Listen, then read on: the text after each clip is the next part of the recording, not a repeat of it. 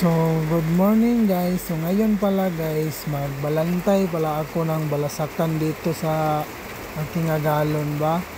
Kasi nag-harvest na kasi eh. So, dito lang ako sa salakyanan guys. Nagbalantay kasi para makita kung paano tinitimbang ba. Pero malayo god to, malayo. Pero makikita ko naman sila guys na nagtitimbang sila, nagkakarga ng palay ba para So, andito lang ako sa sakyanan guys kasi wala ang agalo natin eh. Ito sa malayo, ako lang yung inaasahan na magbalantay dito sa kanyang farm guys na mag-harvest ng palay ba. O ayun pa mga palay guys, hindi pa nahakot kasi yung labor dalawa lang naghakot eh. Kasi para masulo nila yung ano ba, yung pera ba kasi tag 25 pesos yung isang sako yan guys pag labor ka doon dadyan sa ila. So, pasensya na kayo sa aking Tagalog guys ha, kasi Bisaya ako eh.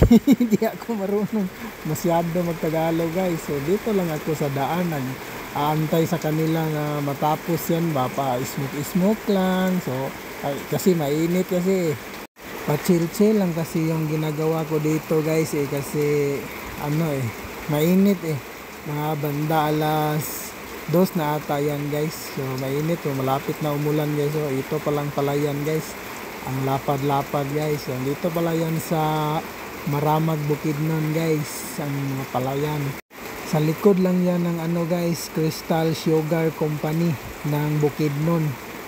So malapad kasi dyan sa likod niyan guys, mga palayan. Ang dami ng mga palayan dyan guys.